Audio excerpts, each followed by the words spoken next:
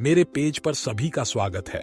आइए हम वीडियो शुरू करें और कृपया हमें प्रोत्साहित करने और हमारा समर्थन करने के लिए हमारे चैनल को सब्सक्राइब करें और फॉलो करें। आज मैं एडवोकेट्स एक्ट अमेंडमेंट बिल 2023 पर चर्चा करने जा रहा हूं। इसे समझने के लिए मैंने चर्चा को दो पहलुओं में विभाजित किया है।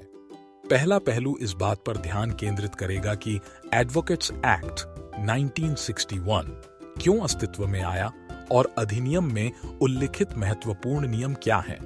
दूसरा पहलू एडवोकेट्स एक्ट अमेंडमेंट बिल 2023 में प्रस्तावित नए नियम से संबंधित है और यदि यह लागू होता है तो एडवोकेट्स एक्ट अमेंडमेंट बिल का कानूनी पेशे पर क्या प्रभाव पड़ेगा।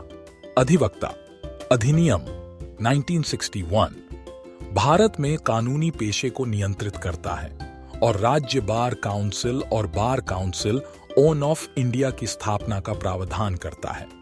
यह भारतीयों को अपने अपने राज्यों में एक वकील के रूप में अपना नामांकन कराने का भी अधिकार देता है।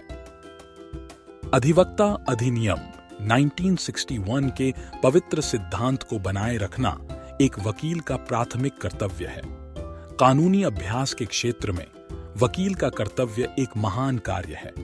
उनका प्राथमिक उद्देश्य अपने क्लाइंट के सर्वोत्तम हित में अथक परिश्रम करना, उनकी भलाई सुनिश्चित करना और उन्हें उत्पन्न होने वाली किसी भी संभावित कानूनी परेशानी से बचाना है।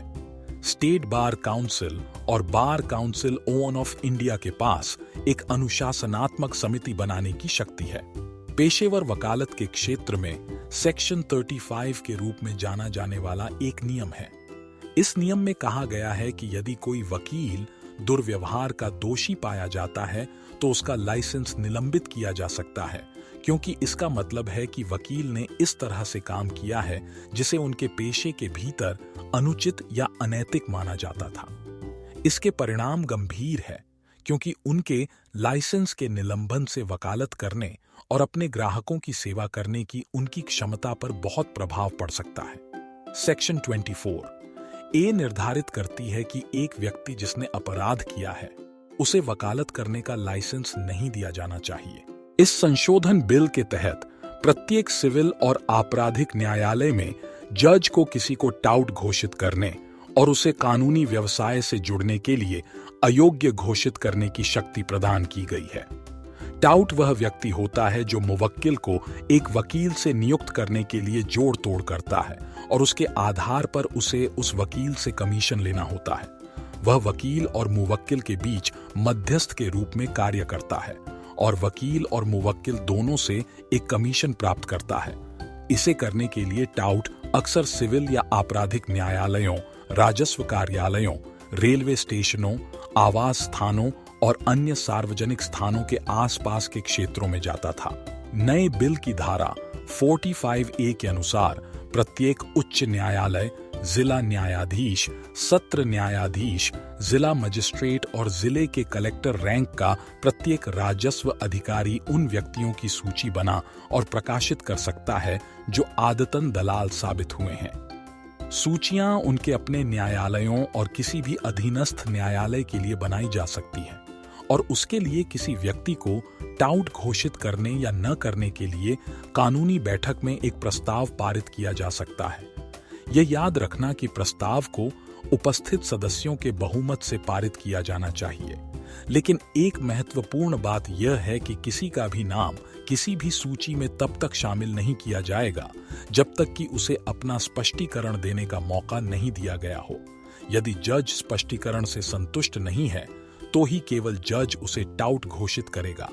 टाउट के नाम अदालत परिसर में प्रदर्शित किए जाने हैं और अदालत या न्यायाधीश के पास टाउट को अदालत परिसर से बाहर करने का अधिकार है।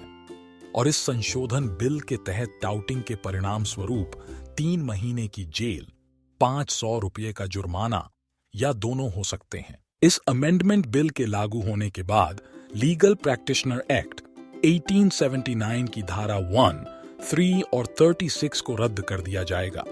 एडवोकेट्स एक्ट अमेंडमेंट बिल 2023 निस्संदेह कानूनी पेशे की पारदर्शिता और जवाबदेही की दिशा में एक आशावादी कदम है।